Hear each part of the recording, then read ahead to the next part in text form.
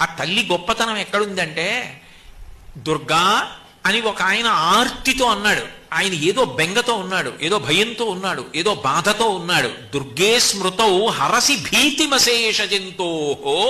ఎవరో ఒకరికి కాదుట, అశేష ఎన్ని కోటాను కోట్ల మంది అయినా కానివ్వండి, నమ్మి దుర్గా అమ్మా అన్నాడు అనుకోండి, అలా అన్నటువంటి వాళ్ళు ఎన్ని కోటాను కోట్ల మంది అయినా సరే వాళ్ళ యొక్క భీతిని, భయాన్ని ఆమె తీసేస్తుందిట.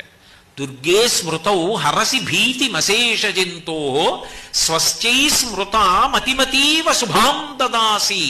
ఆయనకేం కష్టం లేదు, ఆయన సుఖంగా ఉన్నాడు, హాయిగా ఉన్నాడు. ఆయన అమ్మని తలుచుకోకుండా ఉండడు. అందుకని ప్రతిరోజు అవకాశం ఉన్నప్పుడల్లా అమ్మా దుర్గా దుర్గా దుర్గా అంటూ ఉంటాడు. అప్పుడు ఏం చేస్తుందంటే మంచి బుద్ధినిస్తుందిట. ఇవ్వడమే కాదు, ఆయన కీర్తివంతుడు కావడానికి ఆయన యందు అట్లా ఆలోచన దొంతరులుగా ఎన్నో మంచి శుభ సంకల్ప